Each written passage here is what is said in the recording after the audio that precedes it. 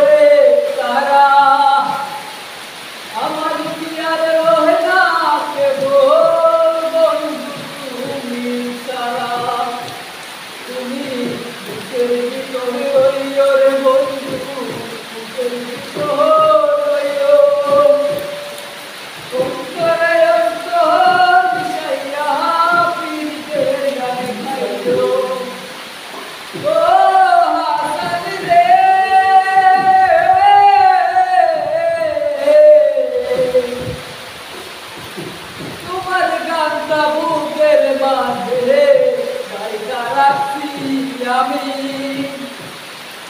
তোমার কথা মনে হইলে চোখে জোরে পানি, ও হাসান রে,